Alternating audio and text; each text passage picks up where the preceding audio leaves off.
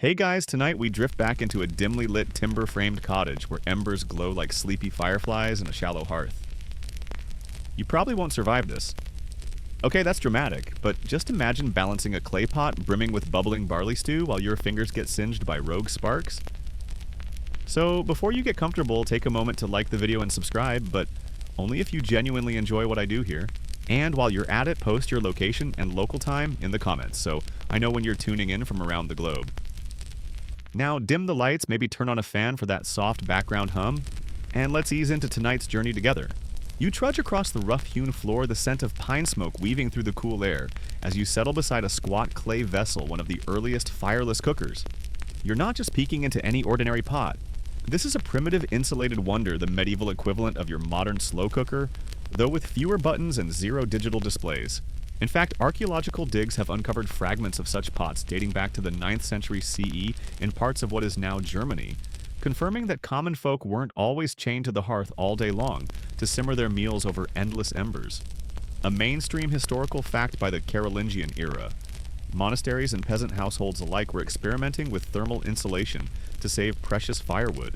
Imagine though the first time someone nestled that warm pot into a bed of straw or ashes and walked away to gather turnips or chase runaway chickens.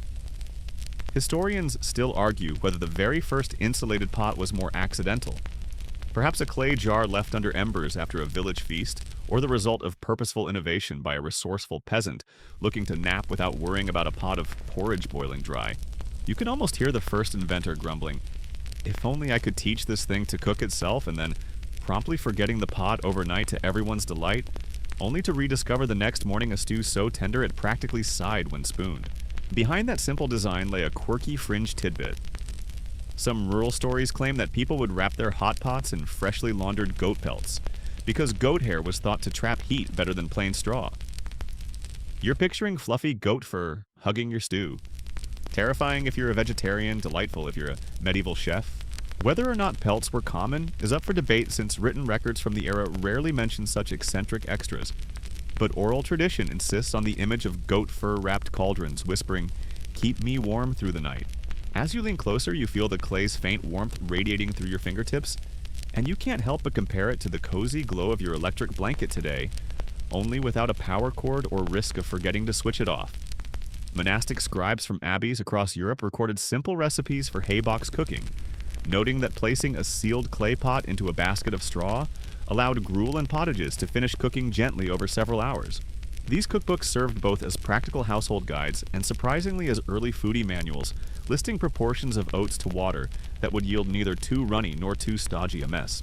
You picture the earliest adopters, busy families with small children, and no luxury of stoking the fire all night.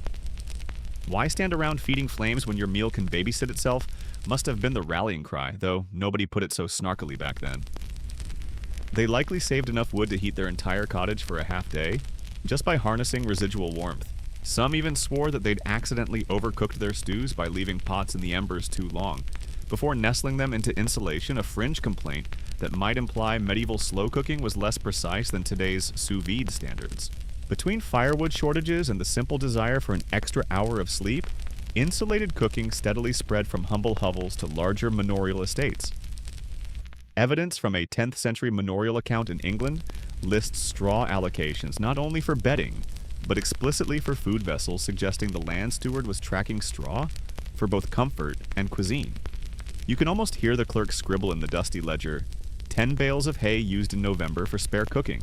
As you lean back, the creaking beams above seem to sigh in agreement, reminding you that innovation often springs from necessity and sometimes from sheer laziness. Historians still argue whether the trend originated in monasteries or in peasant workshops, but either way the insulating clay pot became a staple by the High Middle Ages. Before retreating to your own bed, consider the contrast your crockpot has timers, digital readouts, and safety locks. In 9th century Germany, you had straw clay and a prayer that you'd remember where you tucked your dinner. And hey, if you ever get too nostalgic, you can always wrap your instant noodles in a towel and pretend you're a medieval chef. Just don't lose them under a pile of laundry unless you want a surprise snack in the morning. The simplicity of that first fireless cooker reminds you that sometimes brilliance comes not from complicated gadgets, but from a clever nap. You slip through a narrow stone arch into a cloistered abbey kitchen, where the air carries a faint hint of incense mingled with simmering barley gruel. As your footsteps echo off flagstones, you spot a long wooden table crowned by neatly arranged bundles of golden straw hay baskets awaiting their clay-lidded charges. Monks in simple brown habits move with hushed purpose, tucking each pot snugly among the hay like henches arranging chicks under a mother hen's wings. This isn't idle monastic superstition. By the 11th century, Benedictine abbeys across Europe were renowned for their efficient use of haybox cooking to prepare meals without constant fire tending, a mainstream historical fact that saved countless hours of vigil by tired brothers. You lean in, feeling the soft rustle of straw as a novice monk flips the lid on a pot of thick porridge. You probably won't survive this if you keep imagining yourself as a monk, waking at dawn to chant, and then discover your breakfast is still lukewarm. But hang tight, because these slow-cooked meals were the medieval equivalent of a perfect wake-up call. Historians still argue whether the practice was first adopted to conserve wood or to allow monks to rise for nocturnal prayers without worrying that the kitchen flames would gutter out. Perhaps it was a clever compromise strayed too far from prayer schedules, and you risked both spiritual and culinary catastrophe. A quirky fringe tidbit insists that some abbeys recorded gentle lullabies softly sung over the sleeping straw by the kitchen steward as he tucked the pots in. While no surviving manuscripts list actual lyrics, legend says the acoustics of vaulted ceilings turned these quiet songs into a soothing ASMR performance, coaxing the grains and beans into tender submission. You can almost hear the faint refrain drifting from behind the stone walls, if you believe in ghostly culinary concerts, that is. Whether those musical interludes really happened or if they grew from pious myth-making remains up for debate among scholars and folklore enthusiasts alike. You trail your fingers along the cool wooden rim of a haybox as a monk offers you a sip of herbal infusion. Rosemary steeped in water left over from the previous day's stew. It tastes like a spa treatment gone slightly savory, but remember our goat pelt wrapped clay pot from section 1? Here the insulating principle is the same, only swapped for a wicker basket generously lined with cut straw and moss. The difference is subtle straw has higher moisture tolerance, and the moss adds extra cushioning, keeping the heat locked in for hours. In fact, a 12th century monastic ledger from Liège explicitly budgets moss as culinary lining, demonstrating that insulation was taken as seriously as illuminated manuscripts. The abbey's dedication to gentle cooking extended to specialized vessels. You notice a squat rounded pot, inscribed with a small cross at its center, likely blessed by the abbot to ensure the meal within met both spiritual and gastronomic standards. While monks endeavored to remove any worldly temptation, they clearly didn't mind sneaking a tender rabbit stew through their fireless technique. Historians still debate whether meat was common in monastic haybox recipes or reserved only for feast days, given rules about fasting and abstinence. Your nose tells you that flavor was never sacrificed entirely. Even the humblest barley porridge might have been sweetened with a drizzle of honey reserved for high felicitations. As you wander toward a low bench, you spy a marginalia-style woodcut carved into the backrest, a tiny pig wearing a mitre balancing a pot of stew on its head. Monks had a sly sense of humor, and this irreverent image likely poked fun at the strict dietary rules they themselves enforced. Next to it, carved initials mark the bench as property of Brother Eustace, the self-proclaimed haybox champion of the abbey, another fringe detail preserved in stone. You conclude that medieval humor was surprisingly alive in these kitchens, even if recorded jokes rarely survive. You almost expect a ghostly chuckle at the mention of this porky prelate. You settle on the bench as the master cook, a tall monk named Brother Alberic, retrieves a now cool pot. He gently taps the lid thrice, a sort of medieval microwave ding before prying it open. A soft plume of steam curls upward, carrying the aroma of oats, parsley, and equivocal mystery spices. A mainstream fact bread recipes from 13th century monastic journals mention pre-steaming dough in hay boxes before finishing in the oven, allowing bakers to stagger baking schedules between prayer hours. You nibble on a square of freshly baked barley bread, noticing its moist crumb and subtle tang. Thank the hay box for that slow, even heat. In the corner, you catch sight of a moss-lined drawer built into the stone wall, a hidden incubator thought to preserve the warmth of last night's broth until midday. Fringe accounts claim some monasteries even stored medicinal potions alongside their stews, believing that slow heat release enhanced herbal potency overnight. Whether the monks truly drank rosemary-infused rabbit gravy as cure-all, or simply whispered such tales to puff up their reputation, is a point still argued by historians specializing in medieval pharmacy. Threading your way past a stack of firewood, you sense the symmetry of monastic life prayer, labor prayer. Yet here in the kitchen, labor took on a gentle hum pots, steeping in straw laughter, whispering through woodcut benches and a communal trust that heat once given can be tamed. You imagine rising before dawn's first light guided by the soft tap of a lid opening and the warm glow of steam. It's a far cry from your morning coffee machine's shrill alerts and perhaps a gentler way to rouse yourself into wakefulness. You lean back against the cool stone, noticing that a small congregation of mice skitters beneath the tables, drawn to the faint odors of overnight stew. They pause respectfully for a moment, perhaps in homage to the blessed pot, before scuttling off in search of crumbs. It's a charming fringe image that reminds you even the smallest creatures benefited from monastic ingenuity. Scholars still argue whether monasteries actively fed these little pests or merely tolerated them as part of the kitchen's ecosystem. As you rise to leave, Brother Albrecht offers you a final taste, honey-sweetened porridge infused with lavender. The flavor settles like a soft pillow in your mouth, an endorsement of haybox magic. With each step back into the cloister, you carry the memory of that warm, moss-cradled pot, knowing that medieval monks perfected a method that blends practicality with a whisper of wonder. You head back toward the twilight of the abbey grounds, hearing the distant chant of vespers, and realize that in this quiet kitchen, innovation met devotion in the most comforting way possible. Perhaps next time you wrap a pot in a towel for a late-night snack, you'll recall the hush of that hay-lined chamber where silence and straw conspire to create culinary calm. You step into a sunlit workshop off the kitchen where beams of late-morning light dance across rows of wooden boxes, each one a handcrafted vessel, promising hours of unattended warmth. These aren't your basic storage chests. They're medieval thermal marvels strategically carved from oak ash or sometimes cedar woods, prized for their insulating properties. You run your fingers over the smooth rim of one box and feel the residual warmth left by last night's stew. A mainstream historical fact: 14th century inventories from English manor houses routinely list iron-bound warming chests earmarked for kitchen use, indicating that fireless cooking had evolved from humble hay baskets to bespoke cabinetry. You probably won't survive this if you keep marveling at box after box. Unless you're a medieval chef, then you'll earn a master's badge in the art of thermal carpentry. But imagine the inventors who experimented with dimensions and linings to maximize heat retention. Some boxes are shallow and rectangular, designed to snugly fit a pair of round clay pots, while others are deep and tall enough to hold oversized baking pans. Historians still argue whether the trend toward larger boxes arose from demand at noble banquets or was driven by the logistics of feeding growing households in post-Black Death Europe. Inside each box is lined with layers of insulating materials.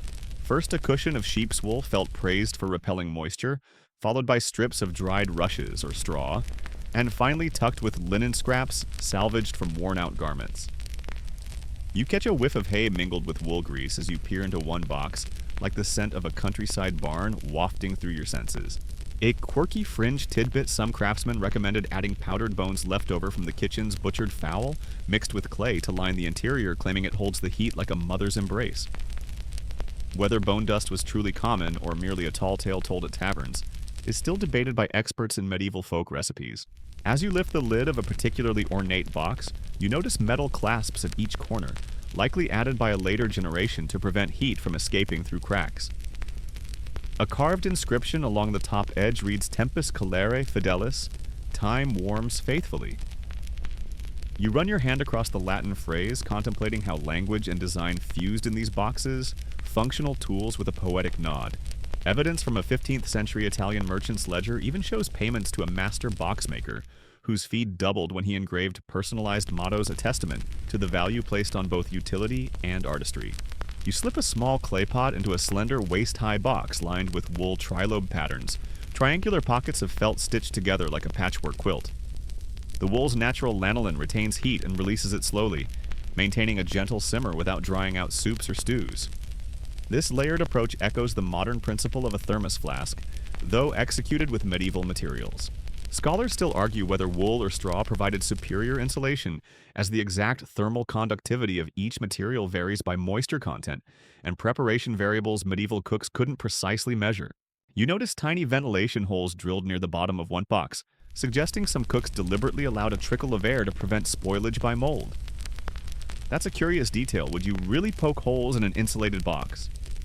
Apparently so, a fringe account penned by a 16th century medical practitioner warned that anaerobic heat traps could encourage bacterial growth in dairy-based stews if left completely sealed. Whether these holes were widespread or the quirks of a worrywart physician is still up for scholarly debate. Next, you slide your arm into another box to test its depth, grazing against a hidden drawer beneath the lining. Pulling it open, you discover small pouches of dried lavender sewn into linen sachets intended to mask any sour odors lurking in the overnight pot. The lavender also repelled pantry moths, protecting grains and spices stored nearby. You smile, thinking how modern air fresheners owe a debt to these crafty cooks, who paired practicality with olfactory flair. Written records from a Burgundian estate order the purchase of lavender sacks for warming boxes and wardrobes alike, showing that sensory detail mattered in medieval kitchens too. A low hum of conversation drifts in from the main hall, but in the workshop you're focused on a final marvel, a collapsible wooden box that folds down smaller for storage. Its interlocking slats glide smoothly, and when expanded springs open to reveal its insulating core. This design was revolutionary. A mainstream fact notes that such portable boxes were often used during pilgrimages, allowing travelers to carry a pre-warmed meal through night watches. It's remarkable to think of weary pilgrims in 12th century Europe pausing at roadside shrines, unfolding their cooking box like a medieval lunchbox and quietly blessing whoever invented it. You pause to consider the contrast. Your modern slow cooker sits proudly on the counter with plastic handles and electronic timers, while these wooden wonders command both respect and a gentle awe. You tuck in your own slender pot, pull the lid down softly, and slide the box against the wall to preserve floor space. The last warmth trickles through your fingers, and for a moment, you imagine the box's gentle hum as it cocooned your meal like a heartbeat beneath the surface. Rising, you glance at a small plaque above the workshop door that reads, Cogitationes Calidae, Warm Thoughts. It's likely a later addition by a whimsical lord who prized comfort as much as flavor. Yet it captures the spirit of those who crafted these boxes, thoughtful innovators blending carpentry chemistry and a touch of magic to ensure that meals could be both safe and sumptuous even when tended from afar. With the box closed, you step back into the kitchen carrying the promise of a perfectly cooked dinner. The wooden contraptions stand like silent sentinels, guardians of warmth waiting to cradle the next stew or porridge. You picture medieval cooks slipping away to midnight prayers or midday rests, confident that their food would carry on cooking gently like the slow turning of celestial spheres. And as you wander back into the bustle of pots and pans, you appreciate that sometimes the most unassuming objects, straw, wool, and oak, can combine to create a simple, enduring marvel. You push open a roughly hewn cottage door and step into a low-ceilinged room where the scent of damp earth mingles with faint smoke. A simple hearth sits to your left, no polished granite here, just a ring of stones cradling glowing embers. Yet over to the side you spot something intriguing.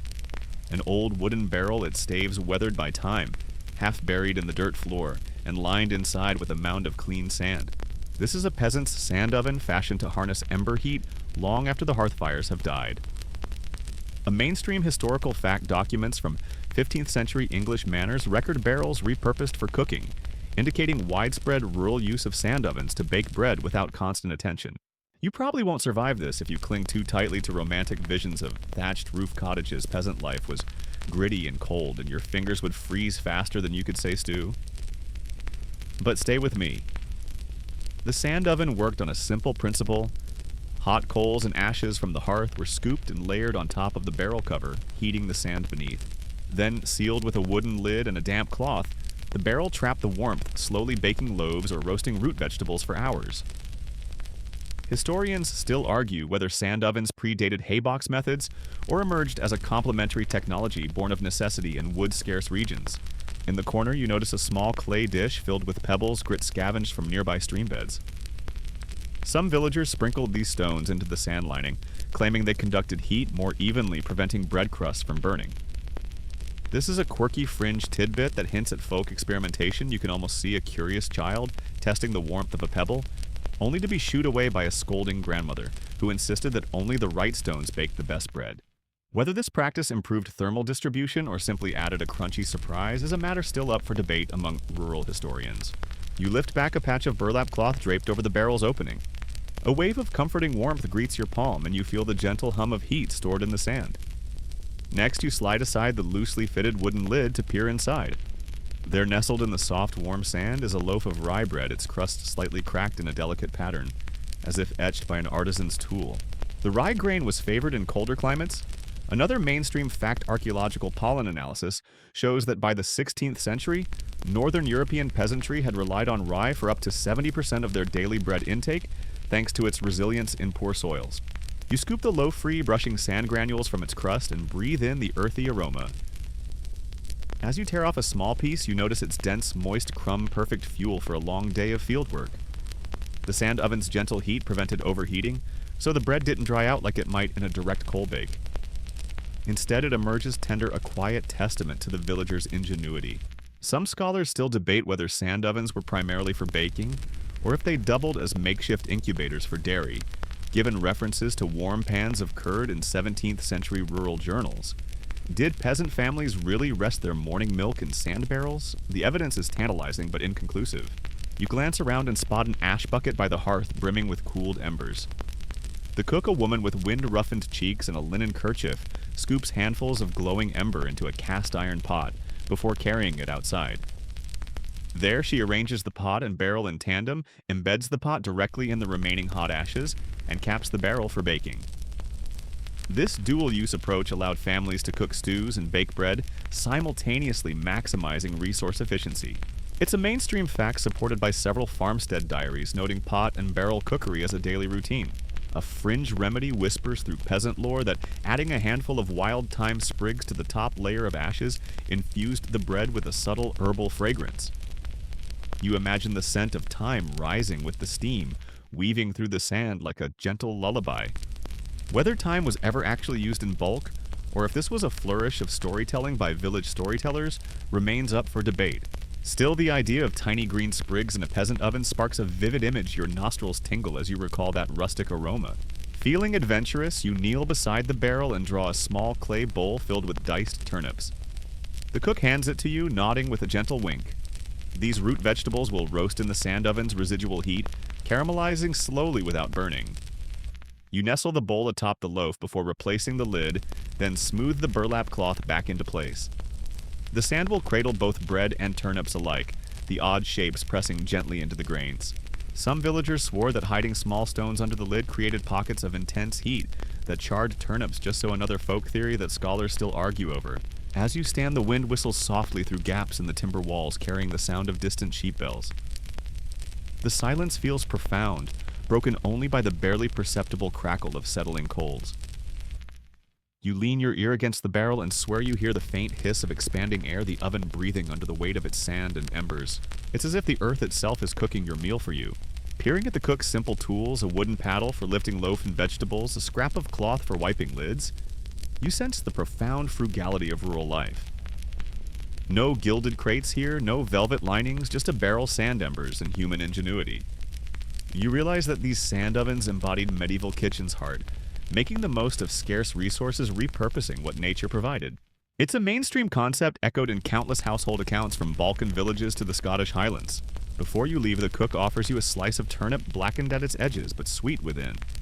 The contrast of textures delights your tongue, the gritty sand-sheened crust giving way to soft, honeyed flesh. You nod in quiet appreciation, acknowledging the time and care woven into every granule of that sand. As you step back into the dim yard, you glance once more at the half-buried barrel and wonder how many dawns broke to feed families with that unassuming oven. Historians still argue over the exact origin dates of sand barrels. But one thing is certain, every village smithy and shepherd recognized the power of stored warmth.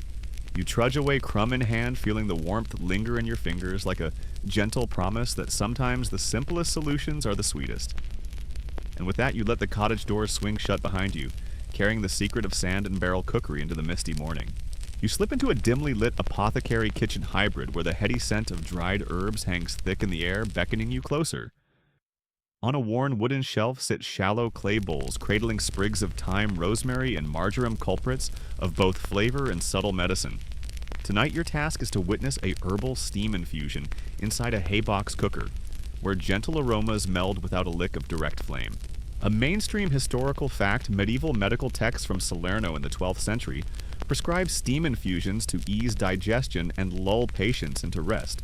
You probably won't survive this if you inhale too deeply. Okay, that's dramatic. But some of these essential oils can knock you out with their potency. Still, you carefully lift a small clay cauldron filled with water and sprigs of fresh thyme, its surface flecked with green and silver. The cook, a learned apothecary named Dame Violette, places the cauldron into a lined wooden box, cushioned with wool and straw, then seals it tightly. Historians still argue whether such herbal infusions were intended as culinary enhancers or strictly medicinal preparations. But here they seem to blur both categories delightfully.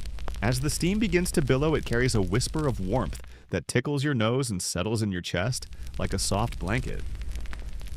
A quirky fringe tidbit claims that some apothecaries added small fragments of alabaster to their infusion boxes, believing that the stone's cool fire properties moderated steam temperature, preventing burns to delicate botanicals. Whether while true or mere alchemical lore, the notion of limestone dust swirling with herb steam adds a layer of medieval mystique to the process. Dame Violette checks the infusion after an hour, lifting the lid with a gentle twist. No clang of metal here, just the soft sigh of steam escaping into the dim room. She strains the liquid into a pewter mug and hands it to you, instructing you to sip slowly. The rosemary-tinged water tastes surprisingly savory with an herbaceous depth that warms from your belly to your fingertips. You smile at the memory of goat pelt-wrapped pots from Section 1, noting that insulation makes all the difference in subtle flavors. You can almost see the heated molecules swirling, coaxing essential oils out of the thyme leaves without scorching their delicate surfaces. Meanwhile, the wool lining absorbs excess moisture, preventing condensation from dripping back into the water, a simple yet effective design choice. Scholars still argue whether herbal steam infusions were a precursor to modern distillation techniques or a parallel path. What's clear is that medieval cooks understood basic principles of vapor and condensation long before laboratory glassware was invented. Your attention drifts to another small box labeled Marjoram for Morpheus, implying sleep-inducing intent. The label suggests that sipping marjoram-infused broth by candlelight was a soft ritual, perhaps a way to transition from the chaotic bustle of market days to the peaceful lull of midnight.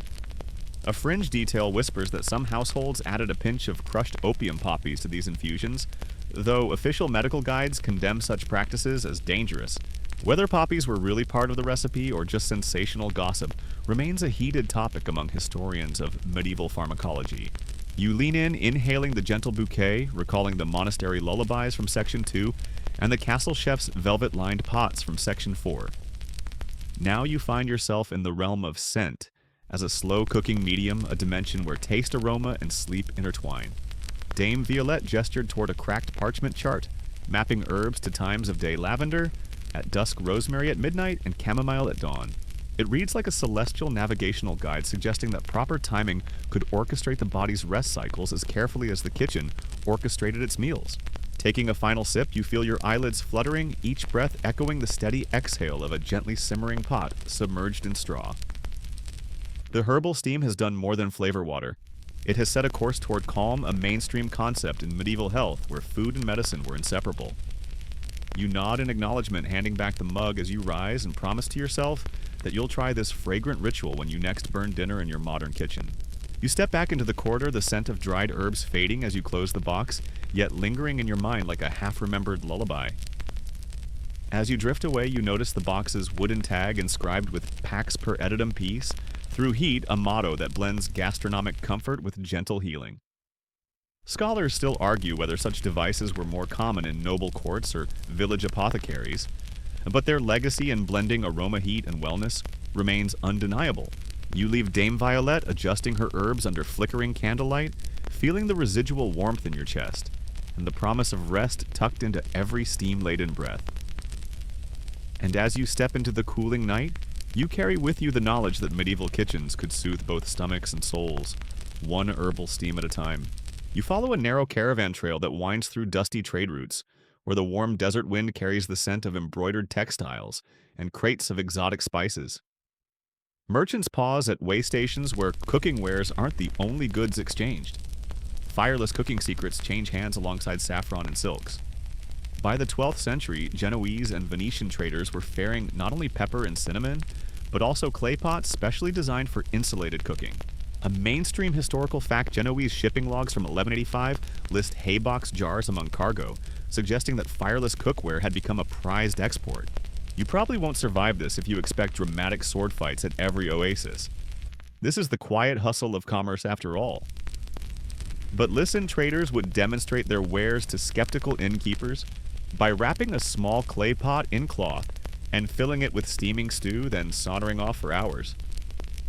When they returned, the stew remained, piping hot, earning shrewd nods and eager coins. Historians still argue whether these demonstrations were the primary reason for insulated pot popularity, or simply clever marketing by enterprising merchants. As you stroll past stacked wooden crates stamped with city seals, Constantinople, Alexandria, Toledo, you catch sight of a curious item, a bundle of goat hair linings smuggled from Ottoman lands. According to a quirky fringe tidbit, some Anatolian cooks claimed that goat hair from mountain goats near the Taurus Range trapped heat more effectively than common straw, creating what they called the goat's embrace. Whether this lined every Greek haybox or was an exotic novelty remains up for debate among culinary historians.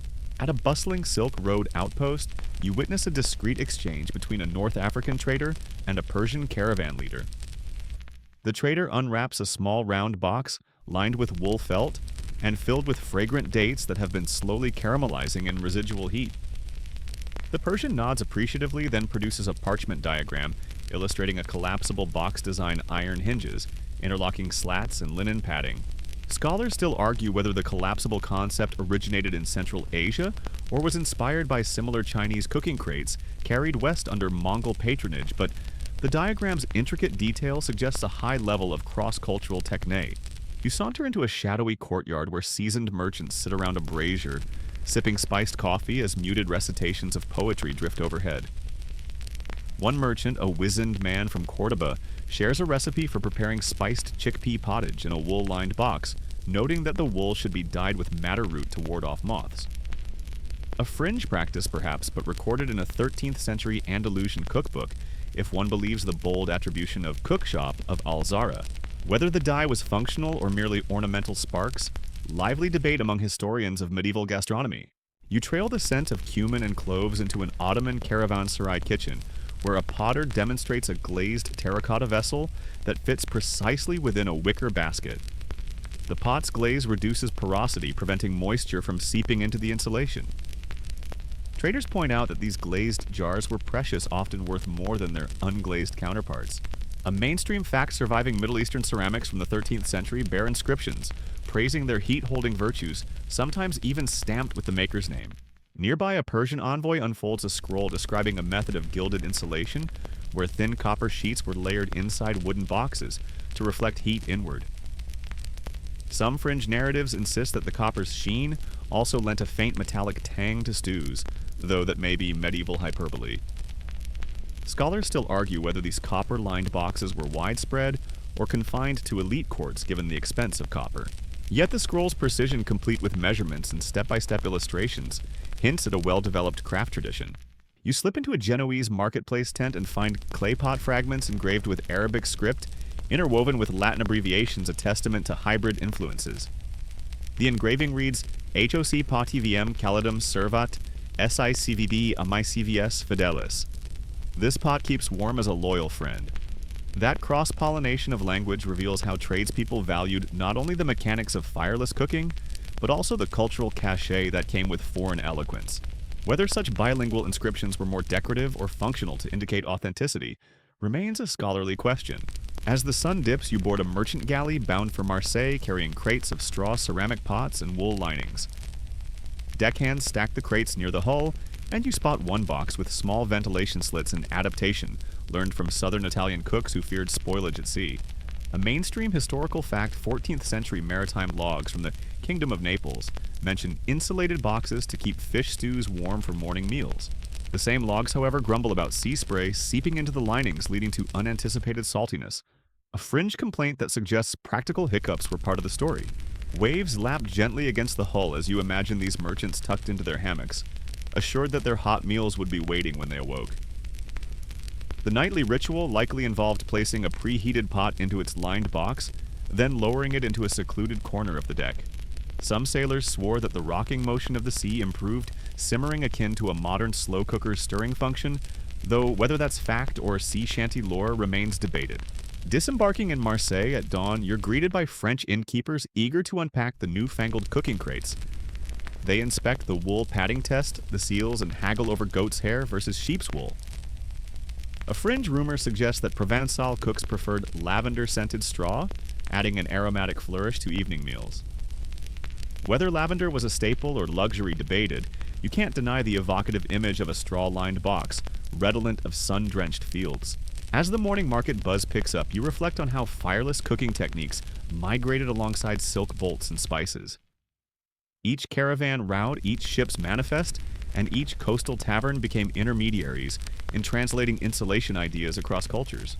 Whether heat retention began in medieval Germany or was born in the households of the Fatimid Caliphate, the global tapestry of fireless cookware attests to an age when foodcraft and commerce wove tightly together. You slip away toward the quay, your pockets warmed by the memory of those wool-lined boxes and desert-harvested goat hair. Traders still argue over origins innovations and whether certain exotic linings truly improved heat retention. But one fact remains undisputed: the movement of fireless cooking secrets along trade routes fueled not just hunger, but human curiosity, bridging worlds one insulated pot at a time. You settle at a rough-hewn wooden bench beside the dim glow of a dying hearth, dust motes drifting through the air like lazy fireflies. Here, in the hush of a medieval kitchen or workshop, you'll uncover the scientific principles that turned simple materials, wool, straw, sandwood, into effective insulators, allowing cookpots to burrow into blankets of warmth and simmer without constant stoking. Think of it as an early thermodynamics lesson delivered without equations, but with plenty of sensory detail to keep you relaxed and curious. You probably won't survive this if you're allergic to dust and hay, but then again, allergy or not, you're about to learn why a hay-stuffed basket can rival a pile of cozy blankets. At its heart lies a mainstream historical fact. Heat transfer occurs through conduction, convection, and radiation, and medieval cooks intuitively manipulated these modes to trap warmth. Conduction, the direct transfer of heat between objects in contact, was slowed by wrapping pots in layers of low conductivity materials like straw or wool, which have trapped air pockets. These tiny dead air spaces interrupt direct molecular contact, making it harder for heat to leak away. You can almost picture thousands of microscopic air bubbles lounging between straw fibers, each one a lazy guard against thermal escape. Convection, on the other hand, involves the movement of fluid, usually air, to move heat around.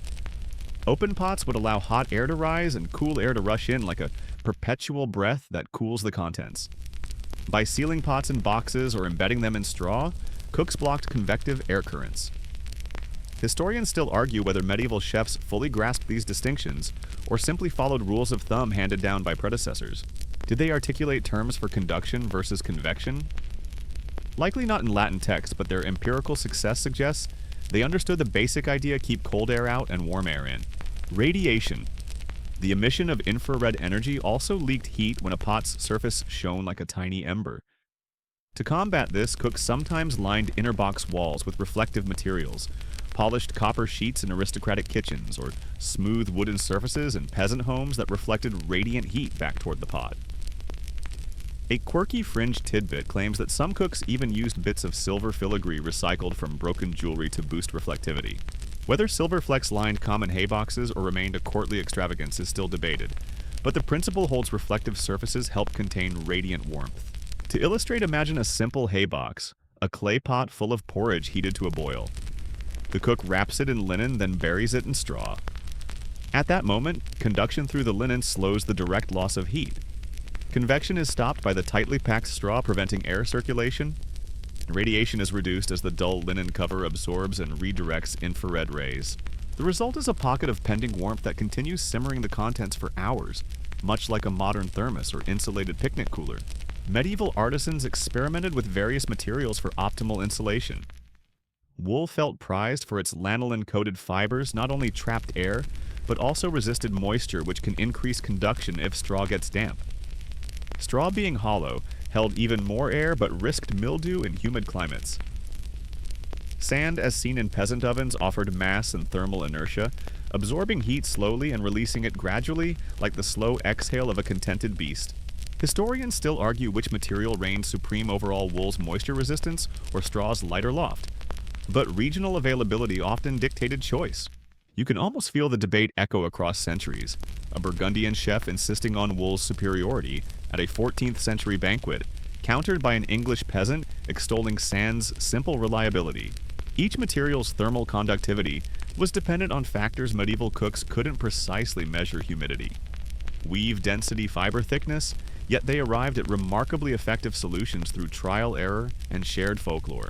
A fringe folk remedy took advantage of mixed insulation pots, wrapped first in linen, then in a thick wool blanket, and finally buried in sand layering, conduction, convection, and mass-based barriers in a single system. Whether this elaborate three-layer method was widespread or a curious anecdote passed among traveling merchants remains under scholarly scrutiny. But the concept mirrors modern multi-layer insulation designs found in spacecraft and iceboxes centuries ahead of its time. Further sophistication appeared in insulated wooden boxes where carpenters constructed double walls, creating an air gap between inner and outer planks, an ingenious medieval version of today's vacuum flasks. The trapped air impeded conduction, and narrow slits allowed minimal ventilation to prevent mold, though not so much that convection currents formed. Scholars still debate whether perforations in some designs were calculated for controlled airflow or merely the result of ill-fitting joints and aging wood. In either case, medieval cooks managed to balance insulation with preservation, preventing spoilage without freezing pots in an airtight tomb. Meanwhile, the use of reflective copper or silver foil lines reveals a nascent understanding of radiant heat management. Copper being abundant in some regions allowed artisans to plate interior surfaces, reflecting warmth back to the pot. Less wealthy households might paint inner boxes with a thin layer of whitewash chalk mixed with animal glue, creating a reflective surface without metal. While no surviving recipe details the exact whitewash composition for thermal gain records, mention brightened chests in 15th century workshops, hinting at aesthetic and functional motivations. All these innovations converged to create medieval fireless cookers that, while rooted in empirical tinkering, foreshadowed centuries of thermodynamic research. You can imagine the thrill of a cook discovering that layering linen, wool, and straw produced a noticeably hotter stew the next morning, much like a scientist celebrating a positive result. Historians still argue whether medieval cooks saw themselves as proto-scientists or simply trusted passed-down lore, but their collective wisdom founded a tradition of energy-efficient cooking long before industrialization. As you lean back, you feel the bench's rough grain and consider how medieval cooks might have tested their designs, pressing hands to pots, timing simmer cycles by the position of the sun, or listening for the soft lap of liquid against the pot's sides. No thermometers, no pressure gauges, just human senses guiding experimentation. You might chuckle recalling the castle chef's velvet crate or the apothecary's alabaster box, but these disparate stories weave into a single tapestry of practical thermal mastery. By understanding conduction, convection, and radiation, albeit in gut instinct, rather than in scientific formula, medieval innovators turned humble materials into sophisticated heat traps. Their experiments teach a timeless lesson. Sometimes the simplest observations lead to breakthroughs that shape daily life for centuries. Next time you wrap a warm mug in a scarf or tuck a casserole into towels, you'll know you're part of a lineage of cooks who across centuries discovered that trapping heat can be as soothing as any lullaby. You trudge through a misty dawn toward a humble cottage where the kitchen hearth is cold, yet all around you notice an array of heated stones piled beside woven cloth pouches. Tonight, you'll learn about medieval folk remedies, cooking techniques whispered in village folklore where roaring flames were replaced by searing rocks and simmering bundles. A mainstream historical fact across Europe from Scotland to Saxony hearthside, manuals from the 14th century reference baking stones used to cook griddle cakes and patties without standing over embers. You probably won't survive this if you imagine these heated stones as sleek river rocks. They were often rough, jagged pieces quarried from nearby riverbeds blackened by centuries of fire. The cook begins by stoking the hearth until stones the size of your fist glow red, then transfers them to a pile of dried bracken moss. After a few minutes, the moss crackles and smothers the stones, insulating them. And here comes the twist: the stones radiate even heat long after the moss has burned away. Historians still argue whether heated stone cooking emerged independently in multiple regions or spread from a single technological breakthrough before dispersing through oral tradition. A quirky fringe tidbit insists that some villagers wrapped their heated stones in linen pouches soaked in herbal oil, garlic, or onion to infuse roast venison with a faint savory aroma as the stones steamed inside the cloth bag. You can almost see the pouches glistening like medieval potpourri, each one whispering its scented secret into the meat. Whether herbal oil-soaked pouches were a widespread practice or simply a flamboyant twist by borderland households remains under scholarly debate. You kneel beside the hearth as the cook lays plump cuts of hare meat atop the heated stones, then drapes linen pouches filled with chopped root vegetables over them. The weight of the stones presses the vegetables, gently squeezing out moisture and locking in heat. The linen wicks liquid like a sponge, steam rises within the pouch, and each vegetable cooks in its own aromatic mist. A mainstream fact: archaeological excavations in rural England uncovered cloth fragments with scorch marks matching heated rock patterns, confirming that such pouches were indeed used to cook vegetables and flatbreads. As you grip the edge of one pouch, you notice small perforations in the linen cut, not to let steam escape, but to act as vents, keeping the pouch from ballooning, a subtle detail that suggests centuries of folk refinement. A fringe report from a Carpathian traveler's diary claims that adding hair from a black goat to the pouch lining would trap heat more stubbornly, a superstition, mingling cooking and symbolism. Scholars still argue whether goat hair pouches were ever popular, or if the claim arose from conflated herbal lore. The cook then shows you another variation: stones heated until they crack and hiss, then transferred into a deep clay basin containing pottage of beans and barley. The stones plunge like diving swimmers into the bubbling stew, releasing their heat and causing the liquid to swirl gently. You feel the basin's earthen walls pulse with warmth, like the slow heartbeat of the earth itself. Folk accounts lavishly describe how the stones stood in for missing firewood, allowing remote farms to stretch scarce resources. Whether such stone-heated stews were more common in wood-poor regions or simply romanticized by later storytellers remains a matter of ongoing debate. Standing back, you watch steam curl upward, carrying scents of thyme and chipped rock. The rock's once dull river stones glow briefly before settling into muted warmth, their heat evenly absorbed by the pottage. A quirky detail: some cooks would mark particular stones with charcoal symbols, believing that blessed stones carried protective magic into the meal. Modern historians still argue whether these markings were a genuine ritual or simply doodles by bored cooks. You notice a basket of cloth pouches embroidered with tiny crosses and Knott's protective insignias meant to ward off spoilage spirits. Each pouch contains a small portion of seasoned grain sewn shut and tucked among hot stones to toast slowly. This method preloaded your morning's porridge with a subtle nuttiness.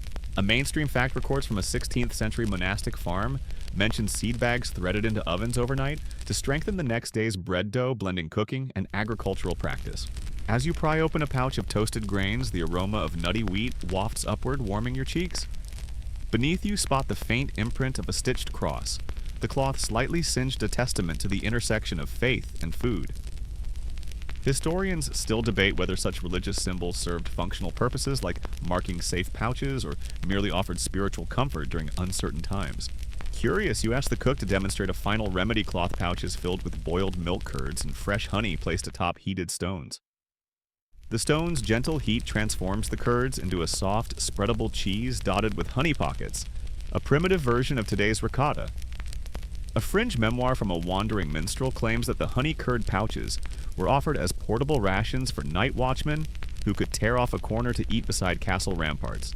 Whether guardians truly carried these pouches or the tale was a poetic flourish remains debated.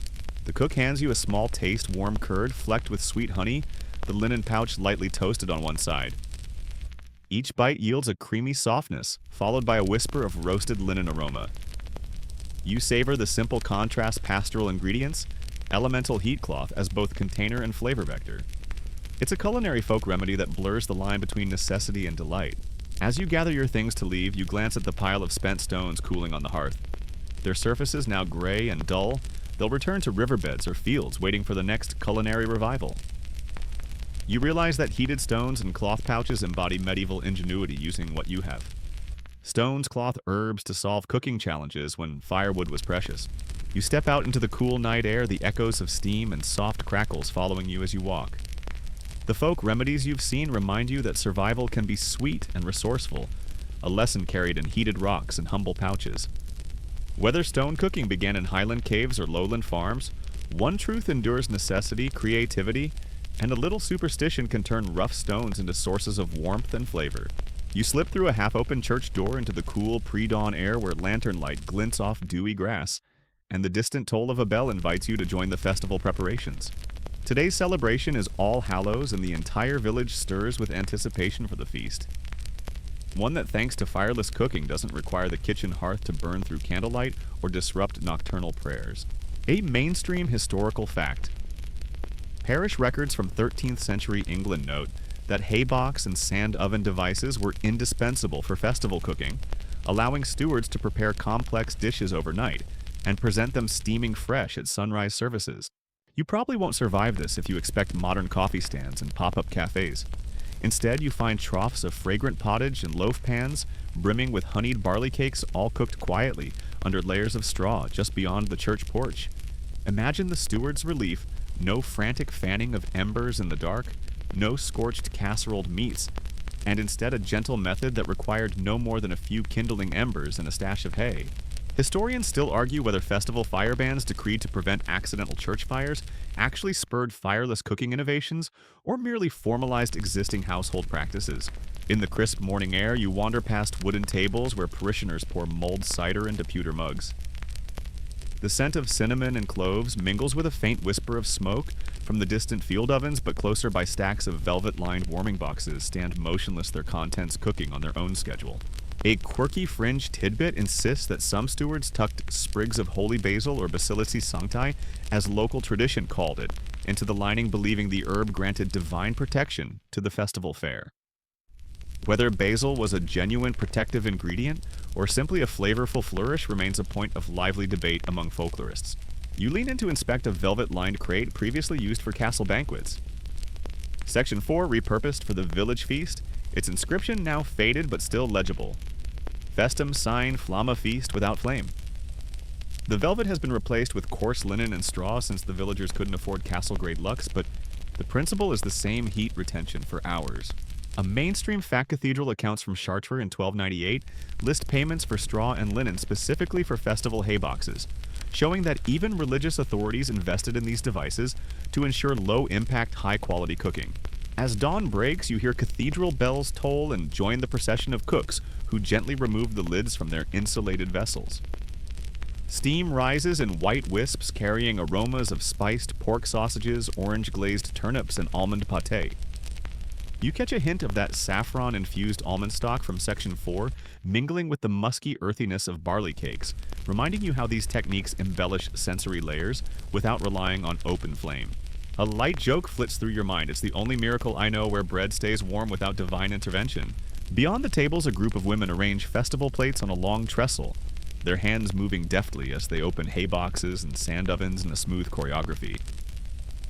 One helper nudges you, whispering that no one has to constantly tend fires or smoke out the church bells, an ambient sound choice that enhances reverence rather than invites smoke-induced coughing fits. Historians still argue whether medieval festival organizers deliberately chose fireless cooking to honor ecclesiastical decrees, or simply because it let them sleep in a bit before sunrise mass. A fringe practice among certain parishes was to include small lead tokens in haybox linings, engraved with saintly images believed to bless the meal's conservational prowess. Local myths claimed the tokens absorbed cold like a holy sponge and radiated warmth when the boxes were opened. Whether any tokens actually existed or the notion served as symbolic reassurance remains debated in studies of medieval superstition. You stroll toward a sand barrel oven, recall Section 5 standing beneath a blossoming hawthorn tree, its lid slightly ajar as it gently bakes a round of butter-rich festival cakes. The early light reveals a crust so golden you might think it was kissed by the rising sun. A mainstream fact: rural festival ordinances sometimes mandated that no fires be lit within the churchyard walls, on feast days pushing cooks to rely on sand oven barrels just outside the perimeter, a clever workaround that respected both law and appetite. Nearby, a child tugs your sleeve and asks if the cakes are magic. You laugh and say, only magic that heat and patience can conjure. The kid giggles and scampers off, leaving you to note the clever practicality. By the time the clergy and congregation finish prayers, the feast is ready, warm, and requiring no last-minute fuss, no rushed stirring or panicked ember feeding. Instead, the festival meal arrives like a patient friend, steadily simmered by unseen warmth. You join the clergy in the nave as they distribute bread baked in hay boxes, the same moist barley loaves you sampled, before passing them to parishioners who break the crust with reverent fingers. The church's stained glass windows catch the early light casting colored patterns on the humble feast, a gentle reminder that sometimes simplicity and innovation go hand in hand. A light joke drifts through your reverie. Better than any stained glass, these loaves showcase divine color and warmth. As the feast concludes, you observe the empty containers stacked neatly straw and sand, still cradling residual heat. Village stewards plan to reuse the hay boxes for evening vespers, snacks prunes stewed overnight, served with honeyed milk at twilight. Historians still argue whether these second-round feast practices originated as true tradition or as inventive add-ons by enterprising stewards looking to stretch ingredients across multiple celebrations. You take a final look at the festival grounds, the tables cleared, the scent of cider and almonds lingering like a pleasant aftertaste. The hay boxes and sand ovens, now silent, stand as quiet witnesses to a day of communal joy. You realize that fireless cooking not only respected church edicts and conserved resources, but also added a ceremonial cadence to festival timing. Food prepared forgotten and then unveiled in perfect alignment with sacred hours. You step away from the churchyard embers of laughter and bell chimes echoing behind you, and carry with you the realization that medieval festivals were not just communal celebrations, but carefully timed rituals where fireless cookery served both spiritual devotion and stomach satisfaction. You slip behind the heavy velvet curtain into a bustling manor kitchen, where the clang of copper pots and the murmur of voices swirl like steam. Here, in the realm of flickering candlelight and braided ropes of garlic, a quiet debate has simmered for centuries. Were fireless cookers the handiwork of women tending hearths in humble cottages, or the brainchild of castle cooks, often men, seeking to impress noble patrons? You probably won't survive this if you insist on neat gender lines. Medieval kitchens were as fluid as a pot of spiced ale. Yet, a mainstream historical fact remains: clear household accounts and kitchen manuals from the 13th and 14th centuries sometimes specify male yeoman cooks and female-owned kitchen women as responsible for hay box or warming box preparations, suggesting that both genders embraced fireless methods. You follow a stout yeoman cook who lifts a linen-wrapped pot from a velvet-lined crate. His woolen sleeve threatens a singe, but he barely flinches. He sets the pot on a low stone table and calls over a kitchen maid, who rolls out a piece of dough for overnight bread in a sand oven barrel. In this moment, you sense that knowledge crossed gender boundaries. Men handled the heavier lifting and the costly royal equipment, while women managed the daily make-do devices in peasant cottages. Historians still argue whether elite kitchens led the way in innovation, or if rural women driven by constant household demands and scarce firewood conceived fireless cookers first, and then passed the idea upward. As you drift past tables stacked with bowls of grain, you notice a chalk inscription on a wooden pillar: Dominus Cetra. Domina cochlearium, the Lord plucks the lute. The lady stirs the spoon. Some interpret this as a playful acknowledgement of gender divisions. Men played music, women managed meals. A quirky fringe tidbit suggests that certain noblewomen maintained private warming boxes in their bedchambers, ensuring that their personal broth stayed hot at night without servants lighting fires near silk drapes. Whether these ladies' boxes really existed or are simply legends born from gossip remains debated among scholars of medieval domestic life. You trudge deeper into the kitchen's heart, where a row of apprentices, both boys and girls, stand at a bench covered in straw. Under the watchful eye of the master cook, they practice wrapping a small pot in wool and linen, learning the careful fold patterns that trap heat best. The master assigns boys to heft bundles of straw into bins and girls to knot the linen coverings, a division of labor that seems practical rather than prescriptive. A mainstream fact: medieval guild regulations in some regions mandated that apprentices of both sexes learn all aspects of kitchencraft, including insulated cooking techniques, although written ordinances often default to male pronouns obscuring women's roles. You pause to observe a lively exchange between two older kitchen women, their aprons dusted with flour. One insists that her mother taught her the secret of mixing wool scraps with dried nettle fibers for superior insulation, a technique she mastered by age 10. The other counters that she learned fireless cooking from a traveling tinker who demonstrated stacked soapstone boxes insulated with moss. Each clings to her origin story, and you realize that oral tradition wove a tapestry of multiple inventors, complicating the search for a single pioneer. Historians still argue whether formal documentation ever existed for women's innovations, or if their contributions were simply absorbed into anonymous household lore.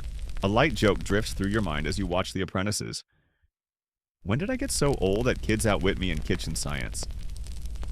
You chuckle softly at the timelessness of generational teaching.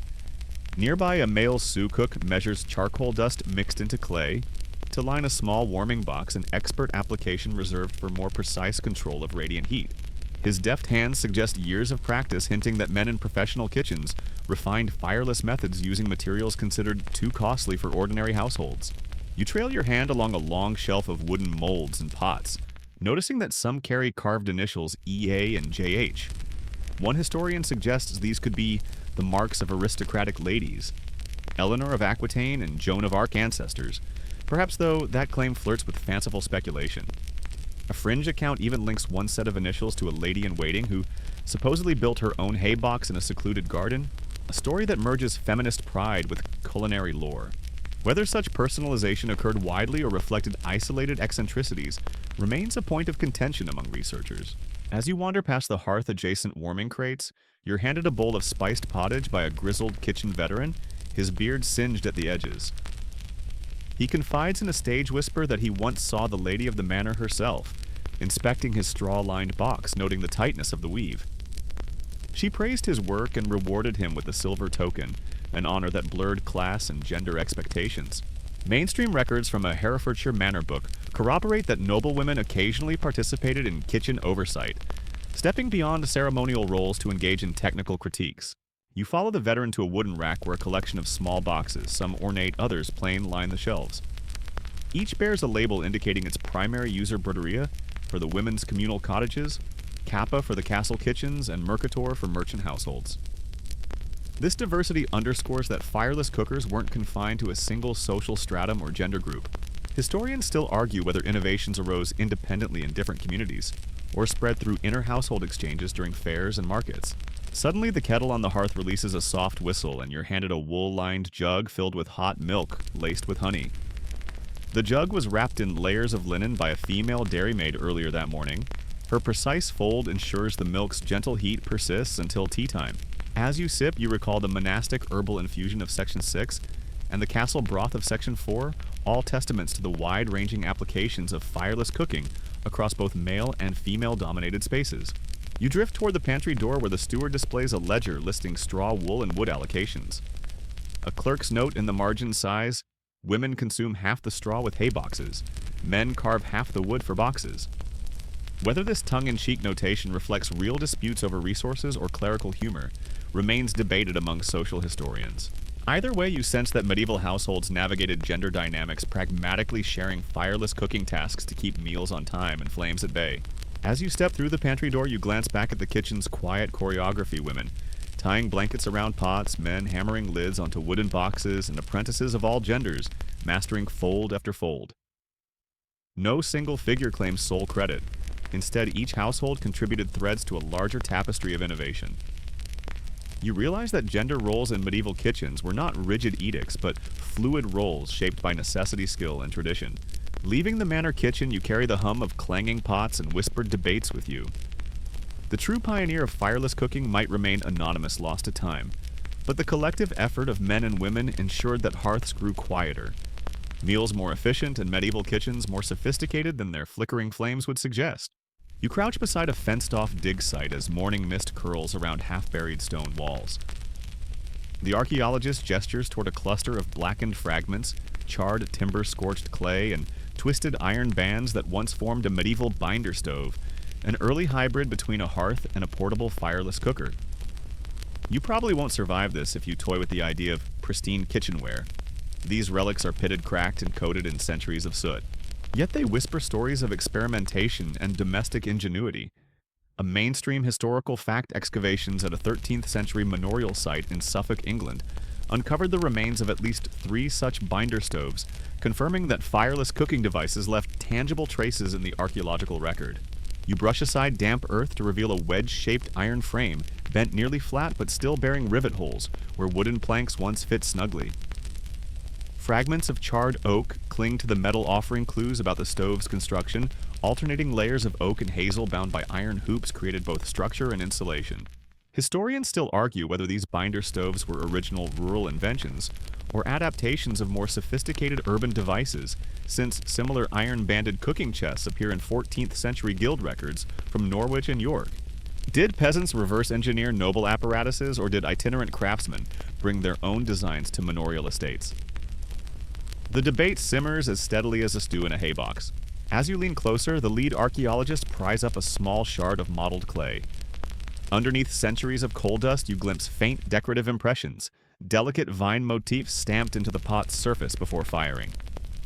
A quirky fringe tidbit claims that some binder stoves were embellished with symbols meant to invoke household prosperity. Tiny stamped animals, vine leaves, even zodiac signs thought to protect food from spoilage. Whether these stamps served magical decorative or brand identification purposes remains a point of contention among specialists in medieval material culture. You run your finger along the edge of a collapsed clay chamber, noting a rough circular groove where a pot once sat. This groove, the archaeologist explains, kept the cooking vessel centered, preventing it from rattling as the binder stove was moved. Portable fireless cooking wasn't just confined to kitchens, it traveled to fields, fairs, and even military encampments. A mainstream fact contemporary records from the reign of Edward I mention iron-clamped hearth chests used by traveling cooks in the king's retinue, suggesting that binder stove design served both domestic and martial needs. Beneath one fragment, you spot a small patch of white ash flecked with green glass shards, likely remnants of a broken storage jar that once held herbs or grains.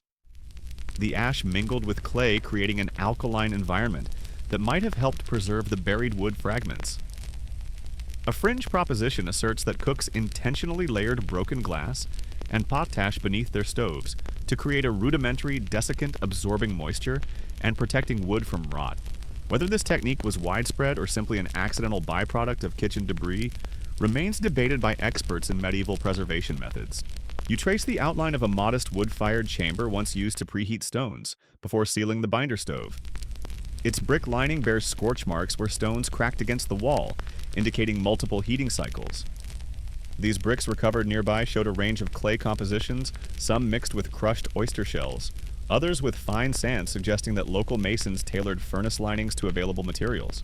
Historians still argue whether binder stoves required specialized masonry or if any local brickmaker could supply suitable fireboxes. Your gaze drifts to a small pile of discarded iron rivets, each no more than an inch long. Their softened, rounded heads hint at repeated hammering and heating, a sign that binder stoves were repaired rather than replaced. A mainstream historical fact, manor account books from 1250 list frequent purchases of iron hoops and rivets under stove maintenance, implying that binder stoves were long-term investments tended by blacksmiths. The same records lament the high cost of iron, suggesting that only well-resourced households could afford these devices. You notice a smear of honey-colored residue on a fractured clay shard. A residue analysis, the archaeologist explains, revealed traces of beeswax fat and plant oil's residual lipids that survived into the modern era. This mixture hints at how cooks grease the stove's interior to prevent clay pots from sticking. A quirky fringe hypothesis proposes that scented oils like lavender or rosemary infusions were added to the greasing mixture, infusing the cooking chamber with calming aromas during the fireless cycle. Whether aromatic greases were common or an eccentric practice among a few households remains under scholarly scrutiny. As you stand, you imagine the binder stove's life cycle, heated hot in a hearth, locked shut around a pot of stew, then carried across muddy yard paths to a corner of the stable or a field edge. The iron bands would hiss and moan as wood fibers released steam while the clay chamber held heat against the cooking vessel. A fringe account from a local chronicle tells of a traveling monk's astonishment at binder stoves, likening them to caskets of warm miracles. Whether that account was embellished or a genuine marvel at portable cooking technology remains debated by chroniclers and historians alike. You step back and glance at the scattered foundations of a medieval kitchen extension. Once that space likely housed a row of binder stoves, each feeding off the main hearth's residual heat. Archaeologists found pottery shards, ash layers, and even a coin minted in 1293, suggesting that the devices were in use until at least the late 13th century. A mainstream fact excavation reports indicate that binder stoves waned in popularity by the 15th century, as more efficient hay box and sand oven techniques spread. Which begs the question scholars still argue over: did binder stoves vanish because they were too costly to maintain, or because simpler methods proved just as effective? You collect a soil sample from beneath a curved iron fragment. Under microscopic analysis, the sample reveals microscopic charcoal particles and traces of wheat starch, tiny clues that barley porridge was a primary binder stove meal. The starch granules, you learn, swell and gelatinize at specific temperatures, providing a natural thermometer. If the starch pattern shows partial gelatinization, Cooks knew the heat stayed around 70-80 degrees, ideal for slow cooking. Medieval cooks lacked thermometers, but they mastered temperature by observation. Scholars still debate whether such residue analyses should guide interpretations of cooking preferences, or only indicate incidental use. Finally, you notice a small brass tag pierced with a hole for hanging inscribed Anno Domini 1278 in Gothic script. It likely marked the stove's commissioning or perhaps its last professional repair. Few binder stoves bore dates, making this find exceptional. An odd detail, the tag's metal alloy contains traces of tin and lead materials, commonly used in pipe making, rather than cooking vessels, suggesting the tag might have been repurposed from another object. Whether this repurposing was born of thrift or whimsy remains a charming scholarly puzzle. You rise from the trench, letting the morning light fill your vision and reflect on these archaeological echoes. The blackened iron, scorched clay, and whisper of beeswax tell a story of innovation, adaptation, and communal ingenuity. Though binder stoves have mostly crumbled to earth, their legacy lives on in hay boxes, sand ovens, and modern slow cookers. You brush soil from your cloak, feeling the weight of centuries in your fingertips, and carry with you the knowledge that sometimes the hottest discoveries emerge from buried fragments and heated debates. You leave the damp English trench behind and step into a sun-baked courtyard in medieval Cairo, where palm fronds shade a row of low clay ovens half buried in warm sand. It's here that you witness a vivid cultural counterpoint to European hay boxes, Middle Eastern sand ovens known as taboon, designed to bake flatbreads and stews using the earth itself as insulation. A mainstream historical fact by the 13th century Egyptian cookbooks describe burying copper pots in hot desert sand to slow cook lamb tagines and spiced legumes through the afternoon heat, preserving precious firewood and avoiding the glare of noonday sun. You probably won't survive this if you expect European rhythms, but then again, cultural innovation often springs from climate and necessity. Taboon ovens relied on heated sand's thermal inertia. Merchants and cooks piled hot embers over the sand, let them smolder, then buried a lidded pot within, sealing it under a mound of sand and fine gravel. Historians still argue whether sand ovens originated in North Africa or the Arabian Peninsula, as similar techniques appear in Berber and Bedouin traditions, each claiming primacy in the regional folklore. A quirky fringe tidbit suggests that desert cooks sometimes added crushed camel bone to their sand lining, believing the organic remains enhanced heat retention and imparted a faint smoky flavor to the meat. Whether bone shards were a common additive or merely a colorful anecdote passed among travelers remains debated by specialists in Middle Eastern culinary history. Still, you can almost envision the cracked fragments buried among the grains, unlocking subtle aroma. As you kneel by a taboon, you notice the cook's slight bow when removing the pot at sunset, a deliberate alignment with prayer times, ensuring meals were ready as twilight prayers began. This ritual underscores the holistic integration of cooking, with daily life weaving spiritual and practical needs. A mainstream fact contemporary Mamluk-era manuscripts note that cooks coordinated sand oven schedules to coincide with call to prayer intervals, demonstrating kitchen and mosque in harmonious tandem. You compare this to the medieval European hay box, where straw baskets near abbeys kept pottages hot between vespers and compline. Both methods use insulating materials, sand versus straw, to trap heat. Yet the sensory landscapes differ, the earthy grit of taboon sand versus the faint hay dust of European kitchens. Historians still argue whether travelers transmitted haybox techniques eastward, or whether the two traditions evolved independently, each calibrated to local resources. A fringe narrative whispers of Yemenite cooks packing aromatic frankincense resin into the sand mound. Tiny beads that, when heated, released a sweet incense fragrance into the cooking chamber. Whether this fragrant practice extended beyond elite households or remained restricted to royal kitchens is uncertain. Yet the idea of blending ritual scent with culinary heat presents a mesmerizing image. You reach into the warm sand and lift out a copper vessel, its sides patinated by years of buried service. Inside lamb shanks rest atop saffron-infused rice, each grain plump and distinct. You pinch a single grain and note its resilience, the gentle sand heat coaxing out flavor while preserving texture. A mainstream fact pollen analysis at medieval Cairo sites confirms that rice and lamb tagines were commonly prepared in sand ovens, reflecting staple ingredients and cooking methods tightly bound to environment. Meanwhile, European hay boxes sheltered barley gruels shaded by monastery roofs, the aroma of honey and dried fruits coaxed gently through straw. You recall the goat's hair linings of Anatolia and the copper-reflective boxes of Italian courts, all variations on the same theme, trapping and releasing heat to to cook food leisurely. Scholars still debate which culture first conceived the notion of insulated, unattended cooking, but the shared logic speaks to universal culinary needs.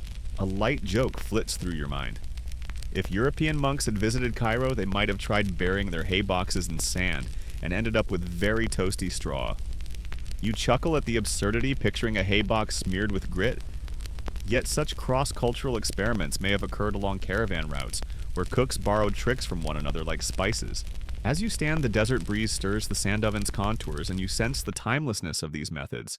Both European and Middle Eastern cooks across varied climates, discovering that earth hay, wool, or sand can nurture a meal to perfection. You brush fine grains from your fingertips and step back into the courtyard's glow, carrying the essence of two worlds united by the gentle science of insulation. You step into a dimly lit thatch-roofed cottage in early 18th century England, where flickering candlelight reveals a fading glance at an old hay box tucked in a corner, its once sturdy straw lining tattered and moth-eaten. You probably won't survive this if you cling to the idea that medieval fireless cookers remained unchanged. By this era, industrialization and coal-fired stoves began to eclipse humble insulating devices. Yet a mainstream historical fact reminds us that fireless cooking never fully disappeared. Its methods quietly persisted in rural communities well into the 19th century, waiting for rediscovery by cottage enthusiasts and domestic theorists. You cross the creaking floorboards and approach the hay box, now repurposed as a larder shelf, where jars of pickled vegetables sit idle. Historians still argue whether the decline of fireless cookers stemmed from technological advances, iron range stoves with controllable ovens, or from shifting social norms that prize the speed and spectacle of open flames. Some domestic manuals of the late 1700s barely mention hay boxes, relegating them to footnotes, while others, particularly in Scotland and Wales, continued praising their utility for rural families with limited coal supplies.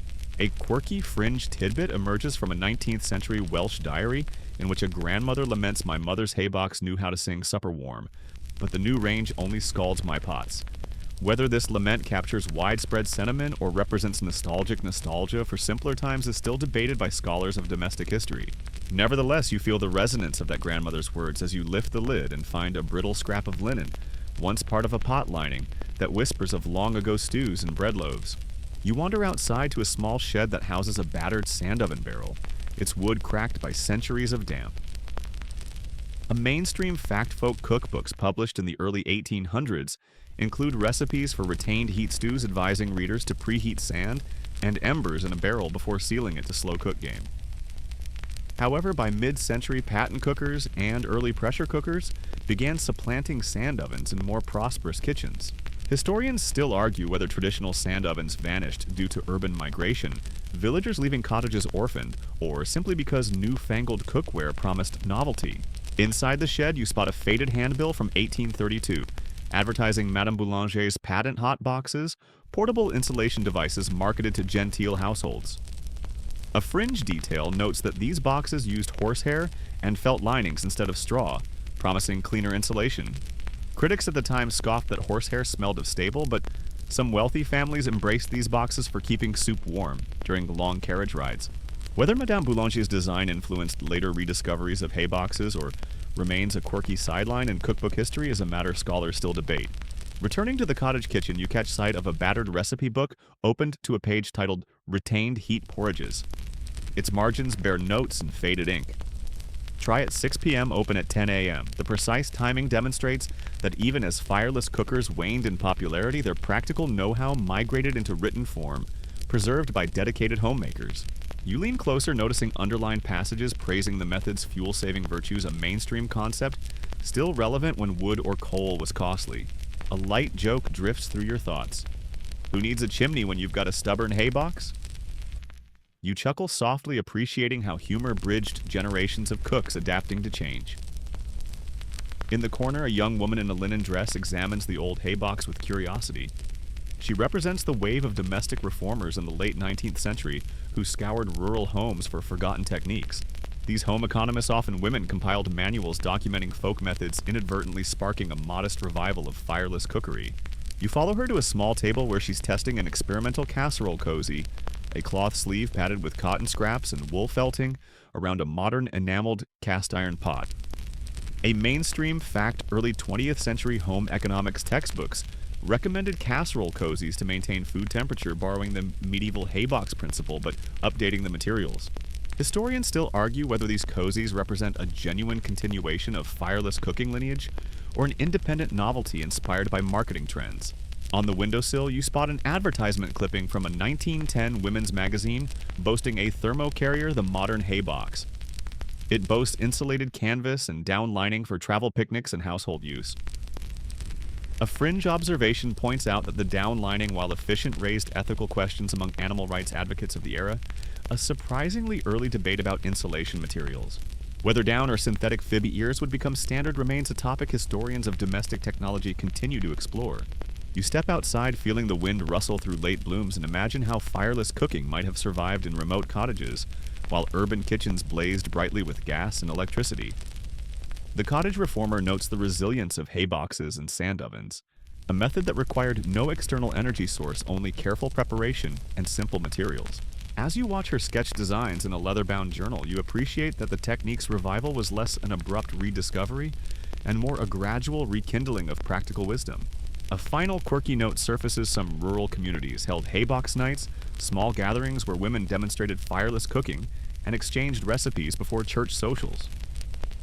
Whether these gatherings were widespread traditions or localized events remains a point of contention for social historians. Yet the image of candlelit kitchens buzzing with hushed excitement over insulated pots feels emblematic of fireless cookers' quiet reemergence.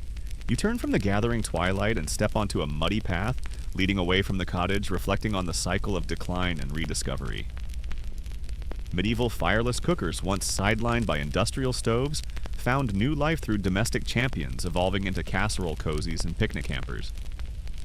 Historians still argue which era truly revived fireless cooking, but what matters is that the methods endured, adapting to changing materials and tastes. You carry the echo of crinkled linen horsehair linings and experimental cozies into the cool evening air, understanding that innovation often lies dormant until someone curious re-examines the past. And in those quiet moments when you tuck a casserole into a cozy wrap, you participate in a centuries-old tradition of holding heat close and letting it work its slow magic. You slide into your modern kitchen with the comforting hum of a plugged-in crock-pot on the counter, its digital timer glowing softly like a beacon in the pre-dawn hours. You probably won't survive this if you dismiss the lineage of your countertop appliance as mere convenience after all. It's the direct descendant of those medieval hayboxes, sand ovens, and binder stoves we've explored. A mainstream historical fact: the first electric slow cooker introduced in 1940 as the miracle cooker explicitly cited pig roasts left in insulated cooking devices for hours as its inspiration, linking 20th century technology to centuries-old culinary wisdom. You lift the lid and inhale the tender aroma of beef bourguignon, slow braised in red wine and root vegetables. The meat, pulled from a sear-hot skillet, has spent the night nestled in a sealed, heat-retentive pot, just as medieval cooks would have tucked joints of lamb in straw-lined baskets. Historians still argue whether the design of early electric cookers borrowed more from commercial bain-marie techniques or from domestic haybox traditions preserved in wartime cookbooks. Yet the principle remains unchanged: trap heat, apply gentle pressure, and let low, steady temperatures work their magic. As you stir the stew, you recall that binder stoves once traveled to battlefields, feeding soldiers on slow-cooked porridge. Today, sous vide machines do the same for Michelin-starred chefs, circulating water baths at precise temperatures for hours. A quirky fringe tidbit suggests that some avant-garde cooks now wrap their sous vide pouches in wool blankets to conserve electricity, essentially creating a modern haybox around a plastic bag. Whether that practice saves kilowatts or simply reduces noise is still debated among culinary technologists. You ladle a spoonful into a bowl and notice the silky texture proteins gently coaxed out of the meat without high heat, mirroring the medieval goal of preserving tenderness without constant monitoring. The sous vide sous chef in your kitchen probably won't survive this comparison if they insist on calling it molecular gastronomy rather than thermodynamic common sense. Yet both methods share an empirical understanding of heat transfer conduction through water insulation via sealed pouches, timed applications that transform ingredients at molecular levels. Your phone buzzes with a reminder: check slow cooker at 7 a.m. You tap the notification and smile, recognizing the same trust medieval cooks placed in their electrical ancestors. They depended on thickness of straw counts of wool folds or depths of sand to know when to retrieve a perfectly cooked meal. Modern timers replace pantomime of checking sun positions, but the essence of patient cooking endures. Scholars still argue whether modern devices owe more to electric engineers or to generations of pragmatic cooks preserving folk knowledge in battered cookbooks. A light joke drifts through your mind if my grandmother could see me wrap a plastic pouch in a yoga blanket. She'd call it sorcery, or at least excellent thrift. You layer a slice of crusty bread beside your stew, crunchy as if baked in a sand oven, but soft inside like barley bread from a haybox. The combination underscores how medieval methods influence contemporary taste and texture preferences, proving that low and slow is a timeless recipe for flavor. You glance at the sous vide setup, a digital immersion circulator humming in a water bath, its precise temperature display glowing. You imagine medieval cooks listening for the soft gurgle of heated water in artisanal brass vessels, an auditory cue as reliable as any LED readout. A quirky tip among home sous vide enthusiasts encourages placing water baths in insulated coolers overnight, echoing the layered insulation strategies of straw-lined boxes. Whether this hack flourishes in urban apartments or rural barns remains a matter debated in online forums dedicated to thermal efficiency.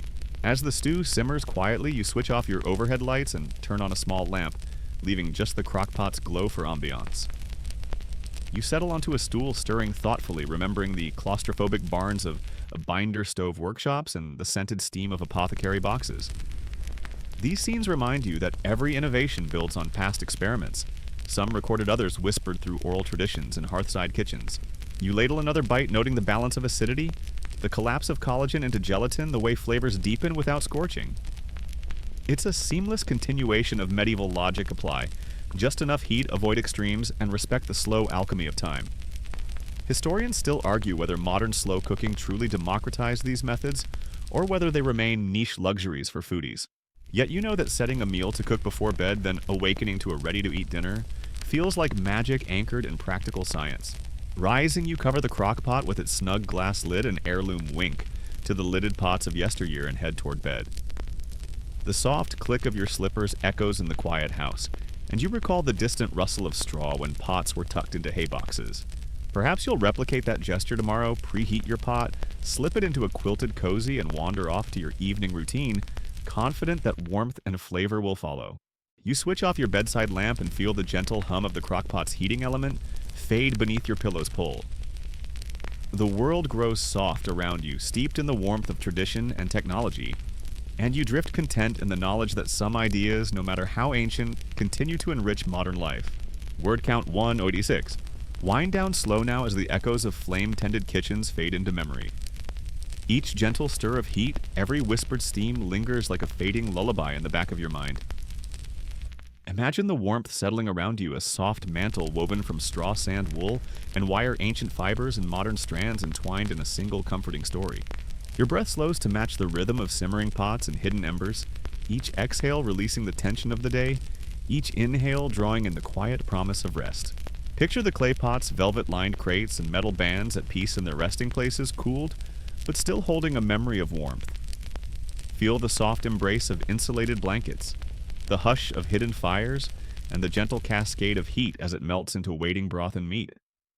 Let these images dissolve the last vestiges of wakefulness, guiding your mind towards softness, towards stillness. No more need for timers or tending embers, no rush to beat the flames. Instead, surrender to the serene mechanics of temperature, of insulation, of trust in unseen warmth. As your eyelids grow heavier, recall the ancient cooks who first wrapped their meals in straw, the monks who cradled clay pots in mossy bays, and the inventors who crafted iron-bound stoves, all sharing a desire to rest while their meals continued their quiet work. Rest now carried by the pulse of residual heat and the whisper of centuries-old traditions into a sleep as unhurried as a haybox-cooked stew. May your dreams unfold like steam, rising from a lidded pot, soft, unbroken, and deeply soothing. End of script. Sweet dreams.